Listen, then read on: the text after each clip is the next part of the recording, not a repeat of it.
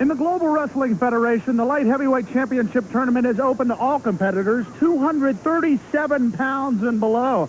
And in this, ironically, European-style tournament, it's a lot different from the European-style light heavyweight. That's exactly right, Craig. In Europe, the light heavyweight division weight limit is 214 pounds. In most countries, 217 in other countries.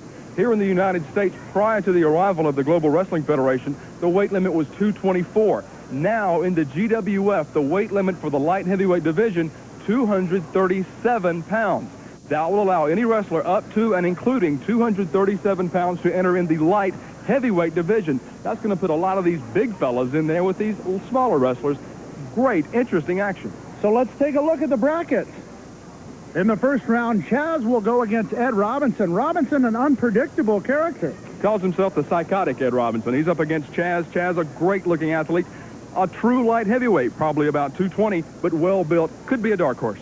Bubba Fangman against the Lightning Kid. We've heard a lot about the Lightning Kid. Lightning Kid from Professional Wrestling of America up in Minnesota. Lots and lots of rumors about this guy. Can't wait to see him. One of the Dogs of War, Butch Blackheart against the Handsome Stranger. Don't know much about either one of these individuals. Couldn't tell you anything about either one of them other than the Handsome Stranger has a great reputation coming in. We'll have to see. The Hustler, Rip Rogers, goes against Ray Evans. Evans, a tough competitor, but has to face Rip Rogers. Well, if Evans can overlook the charlatan tactics of Rip Rogers in the ring, Rogers is liable to take a time out there and try to sell Evans a watch or something.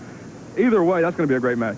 Steve Simpson against Mike Stetson. Don't know much about Stetson, but Steve Simpson, impressive individual coming into this light heavyweight championship tournament. Absolutely. South Africa's most popular export since gold, Steve Simpson, is here in the GWF. Here's one of those cases of the big man against the little man. Iceman King Parsons against Exotic Adrian Street. So the Rudy Poot one, Exotic Adrian Street is going to have to face Iceman King Parsons. Exotic Adrian Street, a very well-rounded light heavyweight, a former European light heavyweight champion. He may have the edge there, Craig. In the next bracket, it's Brian Adias against El Bandolero and Mike Davis against Victor Gonzalez. Jerry Lynch takes on Hot Body Randy Rhodes. Is that right? That's what it says. I don't think he's under 237 There is pounds. no way. This guy's probably not much under 337, much less 237. Private Terry Daniels in action against Quick Rick Guerin. It'll be Terry Garvin against Kenny the Stinger and Chris Germany against John Tatum. All around a great tournament, Craig. All true light heavyweights. I don't know about Randy Rhodes. We're going to have to get some industrial strength scales for this guy. Take him down to the weigh station. But other than Randy Rhodes, these guys are great light heavyweights as defined by the Global Wrestling Federation, and that's 237 pounds and under. Well, we will find more about the light heavyweight tournament as we get into action when we return here on Supercard. Get ready, the High Flyers and the Speed Burners up next.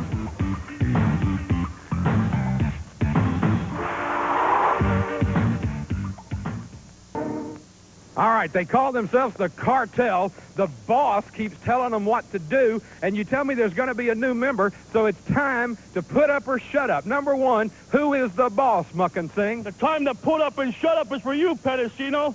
We'll put up when we're ready, and you shut up when we tell you. The Cartel is the greatest array of wrestlers in the world today. We are adding new members, but we're only looking for special members. Certain members who have the guts to go out and rip and tear up any opponent we tell them. All right, but what about the boss, Rip Rogers? Who is the boss? Hey, that's for me to know. That's for Mockin to know. That's for nobody else to know. And as far as the Cartel, you know, I've been thinking about the Cartel. Mockin's been thinking about the Cartel. And people all over nationwide are saying, who's the boss? Right, who's the boss? You know something, Pedicino? I'd like to get a big, long pin and stick it in you and let you buzz around this room and let all the hot air come out of you. Quit snooping around. By the way, I hate to interrupt, Mockin, but Joe, do you want to buy a car? I got a great deal just for you. All right, Hustler, Hip Rogers, and Muck and Sing. They're the Cartel, and obviously we haven't found out anything. Get him a bus. Chaz, the popular man from Los Angeles, California, going against Ed Robinson in our first match in the Global Light Heavyweight Championship Tournament. Craig Johnson along with Scott Hudson to call all the action. And we're going to see some of the High Flyers and the Speed Burners. 237 pounds the limit. That's exactly right, Craig, and that's something that's not very evident in this match because both of these men are light heavyweights in the truest sense of the word. But in the GWF, we have raised the lowest or the highest weight, if you will, of the light heavyweight division. No longer is it 224 pounds as it has been for the past several decades.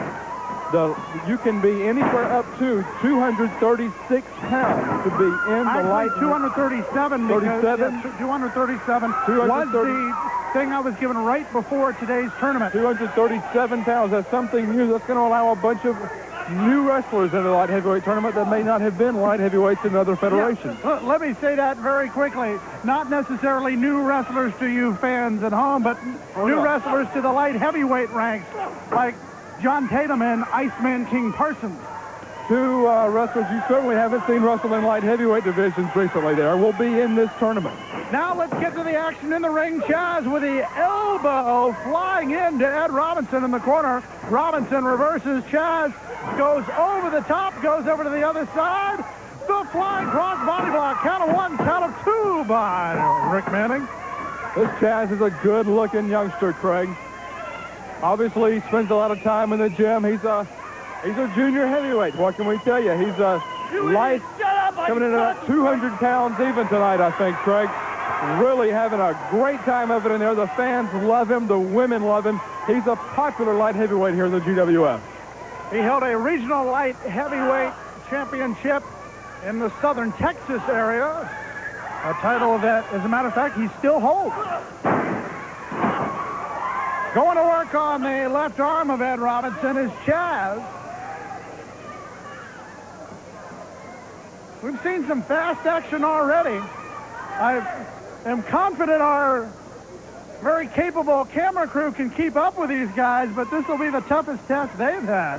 Well, after that television title tournament, Craig, which was so successful and so exciting, this light heavyweight championship tournament is going to be leaps and bounds better, if that's possible, because these men really get in there and fly high and work extra hard, because it's like being number two in a corporation. You're number two, you're a light heavyweight, so you try harder, and these men really do. Well, Ed Robinson getting a little bit upset at the tactics of Chaz, although there's been nothing really to be upset about. Robinson just doesn't like to be considered on the losing end of things. And now going to business here with the variation on the sleeper hold. A rear chinlock putting pressure on the back of the head, and now tries to convert it into a full sleeper. He had the left arm across the carotid artery of Chaz. He had the right hand on the occipital bone of Chaz's skull. That may have been a setup to put his hand over the forehead to block all the blood circulation. So give Ed Robinson credit. Done a little medical research there to put him to sleep earlier. Doesn't look like it's working here, though, Craig. But the fans really getting behind Chaz as he locks in the sleeper on Ed Robinson. Robinson down to the canvas, struggling, trying to keep his wits about him. Chaz trying to put him to sleep, at Robinson using perhaps the 4-inch height advantage. Oh. Takes advantage of it there. Ran Chaz right into the corner, and Chaz now really hurting. Ed Robinson taking advantage, and Chaz is really in a bad way now. Ed Robinson, just like that, took the momentum away from the good-looking purple-clad youngster. 2, 3. Robinson absolutely trying to throw out the rule book here, and now he throws out Chaz. Well, I guess today may very well be the day that he throws out a lot of things. I don't know if it was trash day at his house or not. But Chaz says, Mr. Robinson, if you're going to come this way, I'm going to give you a little present for your effort. Chaz sending Robinson back into the ring. Chaz a little bit dazed. Robinson takes advantage, being the first man to his feet, the forearm to the back. We don't know an awful lot about Ed Robinson, but he's looked quite impressive against Chaz. As you said earlier, Craig, Chaz has held a couple of regional light heavyweight titles, so he is experienced in this line of wrestling. We don't know a lot about Ed Robinson, but he certainly is really handing it to this regional champion in there, Chaz. Give Robinson a lot of credit. Robinson may not have any gold around his waist, but right now he's trying to take a little bit of the precious middle possibilities away from Chaz. Chaz going for the headlock, bulldogs him straight down. Chaz really fatigued here,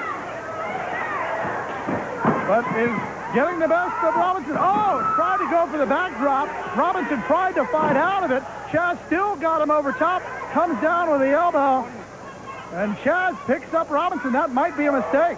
But obviously it wasn't. He's really winded in there, Craig. You can tell that both of these men really spent physically into these hot television lights. He goes up to the top. Could be the chastiser. Oh, no. Got him with the flying drop kick off the top rope.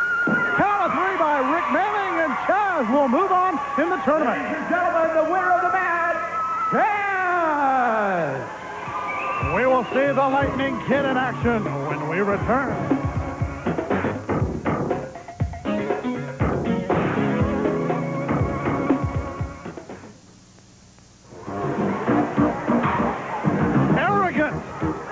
One word to describe the Lightning Kid. I'm sure you could pop out your electronic thesaurus and get a few more words about him.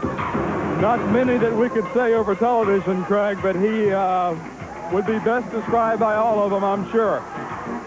He is the Lightning Kid, a light heavyweight of some renown from the upper Midwest, from the Minnesota area, Wisconsin, up in the PWA area. The Lightning Kid starts off early and misses. And right now, Bubba Fangman says, I may be faster than Lightning. And right now he is.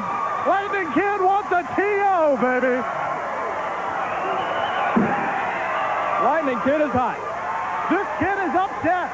And Bubba Fangman, I don't know if you would consider this an upset if he were to get the victory here, but a pretty even match as we go into the first round. Absolutely here. Got to consider Bubba Fangman for our all-name team at the end of the year. Well, the Lightning Kid bolts on the side of the head and having nothing to do with Frankenstein.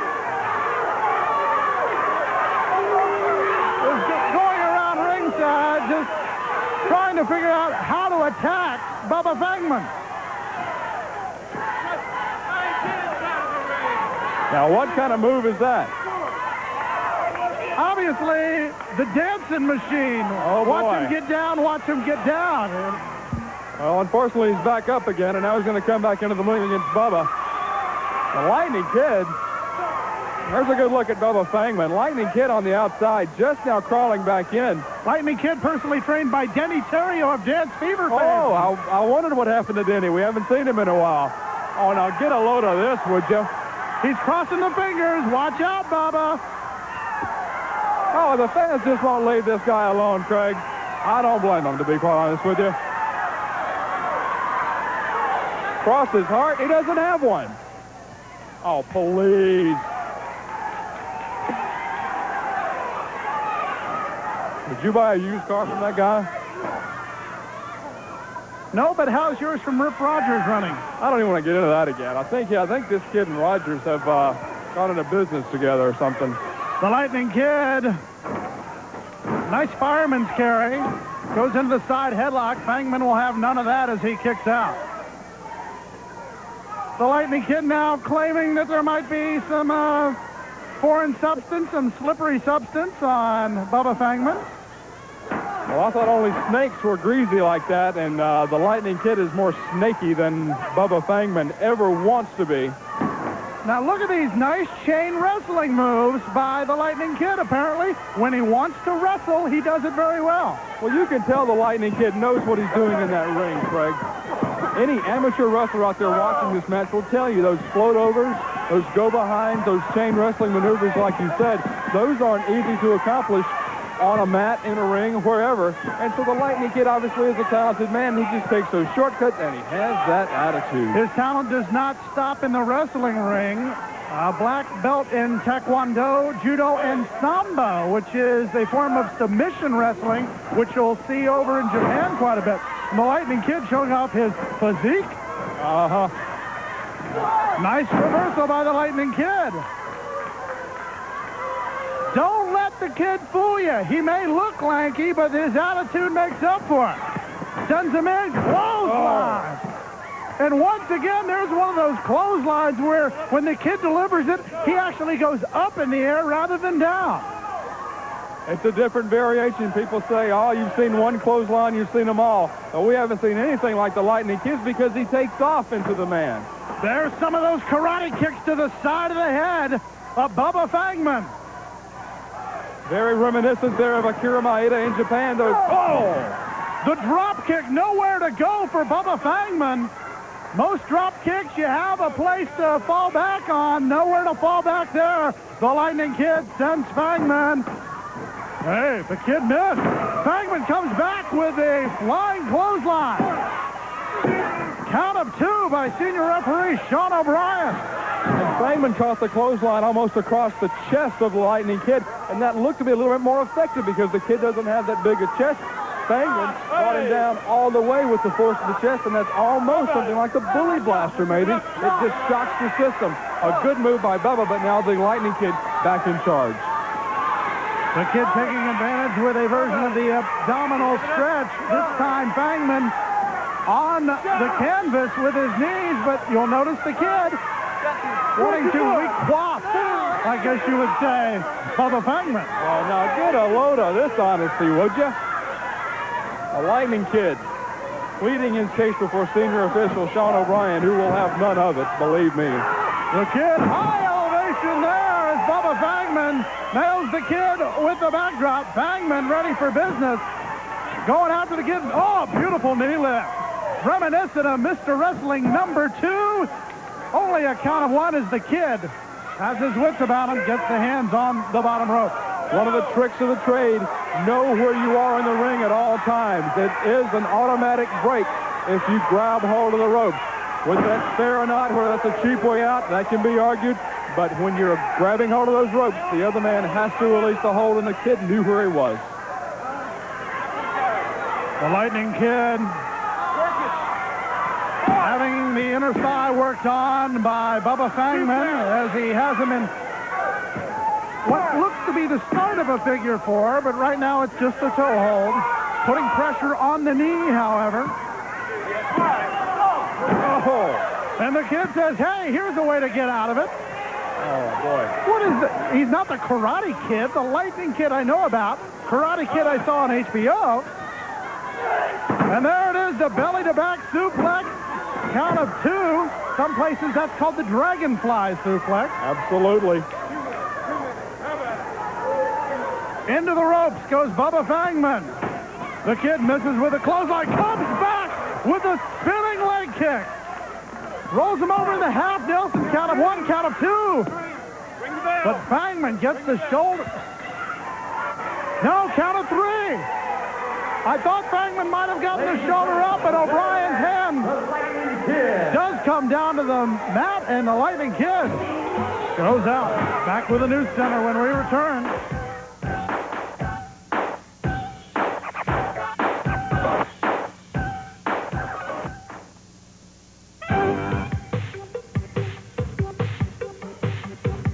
The Global Wrestling Federation TV tournament is over, and yes, there is a new television champion.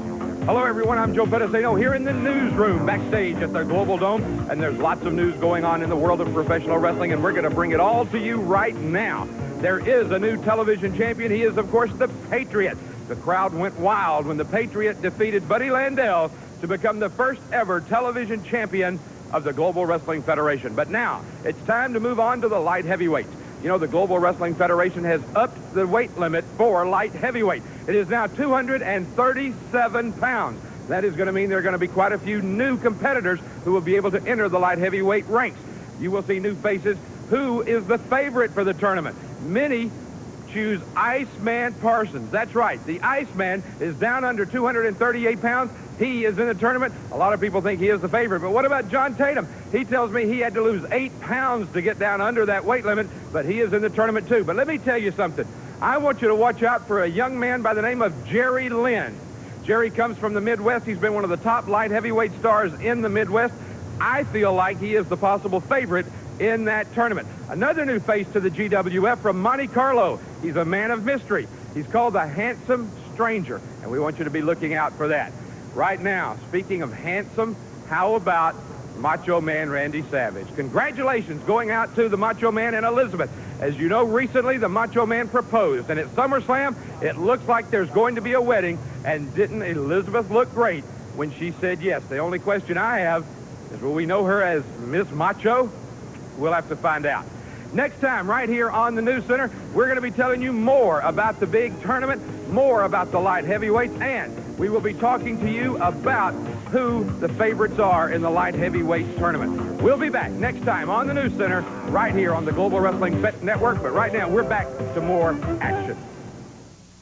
Bonnie Blackstone here in the Global Dome with another one of our great loyal GWF fans here. I know that you've been watching Exotic Adrian Street. This is Clover. You had a question for the Exotic one, Clover? Well, yes, I know that Adrian says he's from Europe, from the Forest of Dean. Yeah. Where in the world is that place? All right, later on in this edition, I will be asking the Exotic Adrian Street, where exactly is this Royal Forest of Dean? And Adrian will be along to answer Clover's question.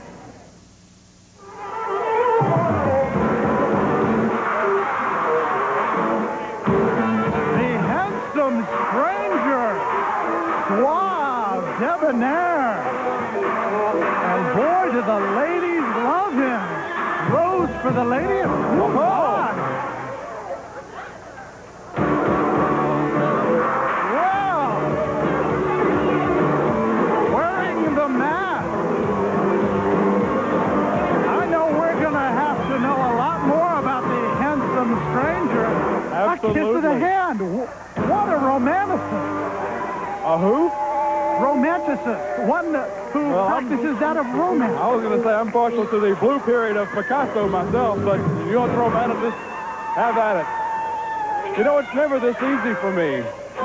And it seems like it is possibly the older ladies he enjoys romancing. And now the mask comes off. He presents the mask. Well, maybe we'll get to see who the handsome... No, he's got another mask on. Oh. The mystery continues. Who is this guy? Well, the beauty and the beast, I guess you would say. No tag teams involved here. We're talking about the handsome stranger getting oohs and ahs from the ladies, going against Butch Blackheart, one of the dogs of war from Hell's Kitchen. Oh, boy. Good matchup coming up here between the handsome stranger. We don't know an awful lot about him. There's a good look at Butch Blackheart. Now, he's put together, too. Don't cut him short. Well, there you see the handsome stranger. We don't know, admittedly, a lot about this man. Blackheart wants to know as little as possible, it looks like, as he ducks outside. Great physique on the handsome stranger. Obviously no stranger to the gymnasium. I don't think great's the proper word for that physique. Impressive. Well, there you take a look into the eyes of the handsome stranger. That'll be one of those shots that's freeze-framed about 8 billion times as people watch this show, Craig, when the handsome stranger... That's not what you're talking about there. No, not that one. When the handsome stranger stares into that camera. He really took the crowd by storm when he came out. We don't know a lot about this guy. Well, one thing we do know about Butch Blackheart, he thinks he has a lot of smarts, but right now he's got his running shoes on instead of those motorcycle boots he's so proud of. Well, now, we can't sell Butch Blackheart short, as I said. Well, that's a great look at the handsome stranger. But Blackheart, we talk about the stranger's physique. Blackheart, not a stranger to the gym either. Looks like he's a few hours pumping the old iron. This could be a good match. Well, finally a tie-up. Blackheart trying to tie up the stranger in the ropes, and a slap. Well, Blackheart obviously not going to be one of the fans of the ladies. The ladies like that face. They don't want it messed up at all, Craig. You do not touch the face of the handsome stranger. I'd venture to say the handsome stranger may be one of the early leaders in the 8x10 photo contest. Oh, well, they're starting that up again, huh? Oh, my. I'll have to go dust off my 8x10 glossies. Break it. Break. The stranger backed up into the ropes by Butch again, and the stranger says, I'll have none of this. Take that and that into the rope. The stranger comes up with a clothesline. Sets him up, drop kick. Sends Butch Blackheart down. Beautiful anticipation by the stranger. He almost jumped too soon, caught himself before he got airborne, waited for Blackheart to turn around, and dropped him. Beautiful drop kick. Good psychology in there by the handsome stranger. Psychology against the psychotic, I guess you could say. As right now, it's the side headlock by the handsome stranger. It does sound like we should have a name after that, doesn't it? The handsome stranger, Bubba Fangman. Well, that wouldn't work. No, that's not Bubba in there. But regardless, we need a name. We need the handsome stranger something. We'll have to dig into this man's background. Find out exactly what makes him tick, where he comes from. Where did he train? What's his sports background? He obviously has one with a physique like that. Looking very much forward to seeing what we can find out in the upcoming weeks about the handsome stranger. About the only thing that's sure about the handsome stranger, his favorite ride at the amusement park, is the tunnel of love. Right now, putting the squeeze on Butch Blackheart. Not the kind of squeeze he's used to putting on other people, but then again, he probably doesn't spend a lot of time with people the ilk of Butch Blackheart, if you will. You could say that Blackheart's buddies don't like to see a guy like the handsome stranger walk through their neighborhood. Speaking of walking through, up the ropes he goes, rolling him over. Count of two by Rick Manning, as Blackheart better watch that shoulder.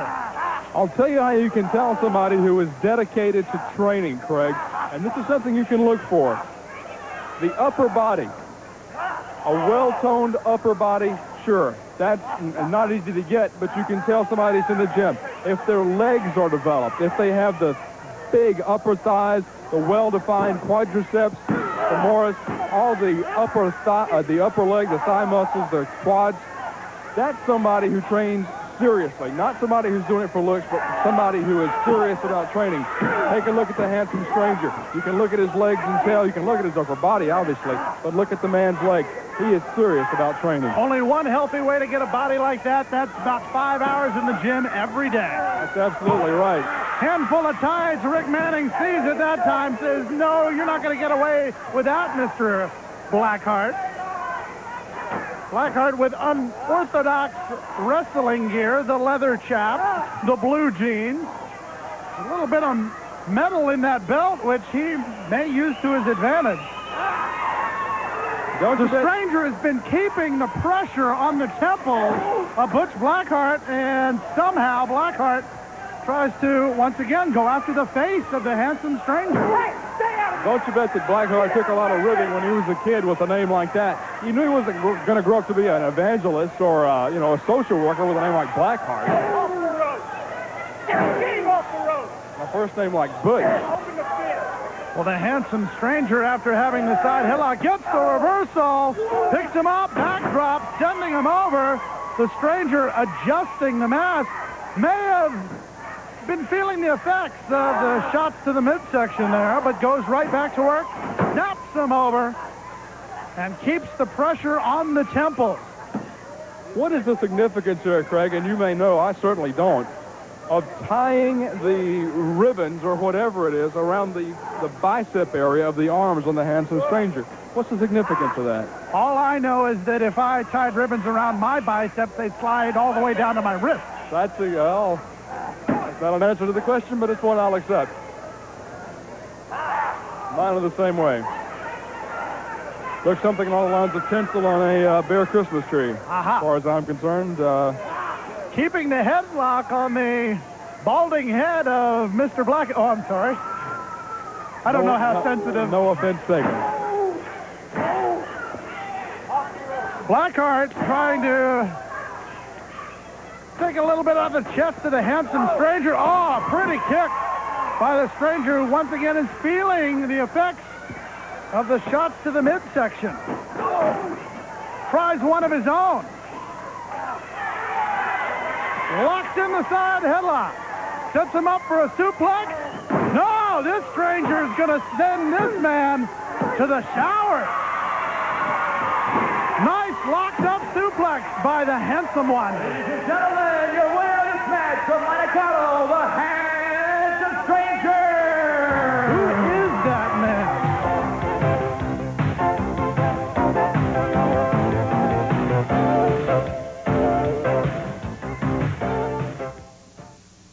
Wrestling fans, I am here with the TV champion, the Patriot. It was a tough tournament. He had to go all the way through into the finals, had to wrestle an extra match because of not winning the coin toss, as a matter of fact. And now, Patriot, the question that is on the minds of wrestling fans everywhere, who are the top contenders? Who will you be defending that TV title against? Well, first of all, you got to look at the people that I was matched up against in this tournament. You got to look at guys like Stan Lane, Wild Bill Irwin, Chris Walker, Billy Black. Man, what great competitors and great wrestlers they are. Let me ask you a question. You mentioned Stan Lane. You did defeat Stan Lane in the tournament, even though Jim Cornette was at ringside and tried to get involved. You have got to be thinking that Stan Lane is going to be a top contender, and you're going to have to go in against him again. Well, I realize that's sort of a handicap right there, but I'm going to tell you what. I respect Jim Cornette as a manager, but when he sets foot on that apron and he sets foot in the ring, then I'm going to treat him just like any other wrestler, and you'll suffer the consequences, Jim Cornette. All right, Jim Cornette and Stan Lane, there's a warning from the Patriot. He is the TV champion, and I'm sure we're going to be seeing a lot more of the Patriot. In the Global Dome, Bonnie Blackstone here with Adrian Street. Adrian, I don't have to tell you, the fans of the GWF are asking questions about all of our stars. Earlier, one of our gentleman fans asked exactly where is the Royal Forest of Dean? Well, it's in England, of course. It's actually on the South Wales-Gloucester borders in the in a Wye Valley. And my house in the Royal Forest of Dean was actually built in the 1100 and was built by the same monks that actually built Tintern Abbey. We were forever chasing people away that were looking for King John's treasure that he's supposed to have lost on my property in the Royal Forest of Dean. So you return traveling and go back home to the Royal Forest of Dean? Oh, yes, of course. That's home. I Yes. didn't know that. Oh, yes. So you have many friends there that root you on, and what about your travels through the GWF? They support that? Yes, well, they were very excited to know that the GWF was starting in the United States of America. As you know, it's been in Europe for quite a while. And it's coming your way, more action here on the Global Wrestling Federation.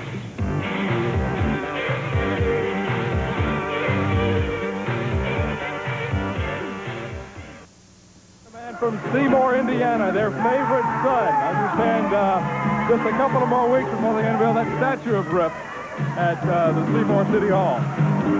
You're being facetious, I hope. I would think so, yeah. No statue coming up there.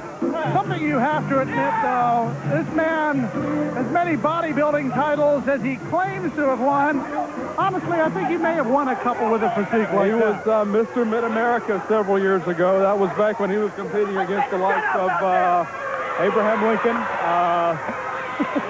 Stephen Douglas, big bodybuilders, those guys. Get out of there! It wasn't that long ago. Wasn't last week, though. Rip Rogers, he's got a good physique. You can't deny that. He's also got an attitude. Rogers going against Ray Evans, and one thing that we've started to hear about here in the Global Wrestling Federation is the word cartel. Oh, yeah. And we've been hearing a lot about the boss. Rip Rogers has been hanging around with Mucka Singh a lot. Gesundheit. I Get the camera out of didn't my realize face. that I sneezed. But, now here's shut up, arrogance honey. personified here. Rip Rogers being checked by senior referee Sean O'Brien. And we're ready for action as it's Rogers against Ray Evans. First round match in the light heavyweight championship tournament of the Global Wrestling Federation. Well, the worst thing about the cartel here, Craig, is that we don't know anything about them. When we find out more, they may not be as bad as we think. But right now, they're terrible because they're so unknown. Who is in it? Who is the boss? Well, I take that back. We know who's in it now. Who else is in it? Who's going to be in it? Who's the boss? Not to... Yeah, that's a good show, by the way. Thank you very much. Big Tony Dad's a fan over here. Thank you so much. But who is the boss of the cartel? We have no idea. We need to know that because the paychecks that go to these men in the cartel, we never see those in the Global Wrestling Federation offices, Craig. They come from a foreign country. We don't even know which foreign country. It's UPS. They don't tell us anything. Strange situation. In the lockup, getting the best of it. Hustler Rip Rogers. Man who claims he can sell anything to anyone. By the way, that's a nice ring you have. Oh, thank you very much. Is that a real diamond? No, that's one of those fake ones. Yeah, it's a cubic zirconia, but it's a real one of those. And Rip sold it to you. Yeah, pretty good deal on that, by the way. Well, Rip trying to sell to the fans the fact that he had his hair pulled. Ray Evans not too happy about that as they both go after the twisting arm locks here. Yes, indeed. Evans comes away, gaining control on the double arm bar. Flips him over, comes down with that leg on top of the bicep muscle of a former high school football coach in Indiana.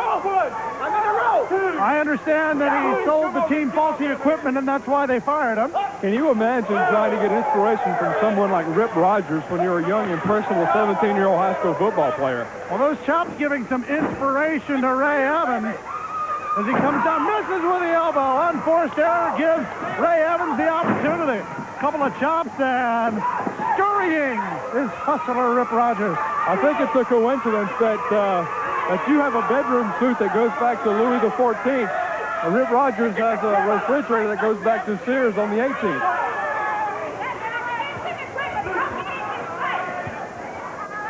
Well, a coincidence there, but not much comedy, as it were. Now, once again, speaking of selling things and taking things back, he wants Ray Evans to take the alleged punches back. All right. Sean O'Brien not giving in to the fact that Ray Evans was using the closed fist, but that is an open shot, courtesy of Rip Rogers. That's something else about the cartel here as Ray Evans reverses things. Whoever the boss is not particular about who he puts in the cartel as far as physique goes, because right now it consists of Mukun Singh and Rip Rogers. Rip Rogers pretty much in really good shape physique-wise. Mukun Singh just a maniacal brawler, but not in the league as Rip Rogers, the handsome stranger, the Patriot, those types.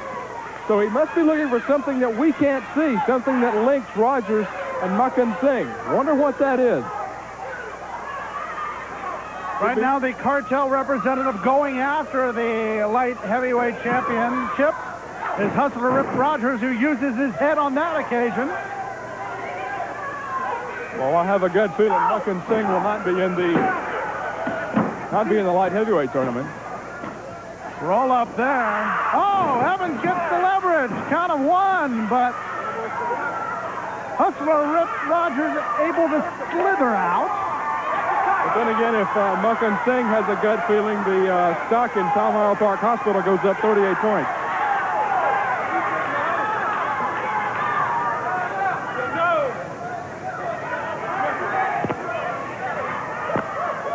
Ray Evans surprising Rip Rogers quite a bit here. We've seen Evans in competition before, not only in the Global Wrestling Federation, but in some independent shows in the Southwest. His success in those shows have earned him the spot in this tournament. Rogers throws Evans to the floor and follows him out. Big chop there by Rip Rogers. And now onto the stage. The elbow. That stage is made for interviews, not for wrestling. Absolutely not. And there's Rogers barely getting in to break the count. Rogers really losing control here. Now things go back into the ring. Rip Rogers ripping at the back of Ray Evans.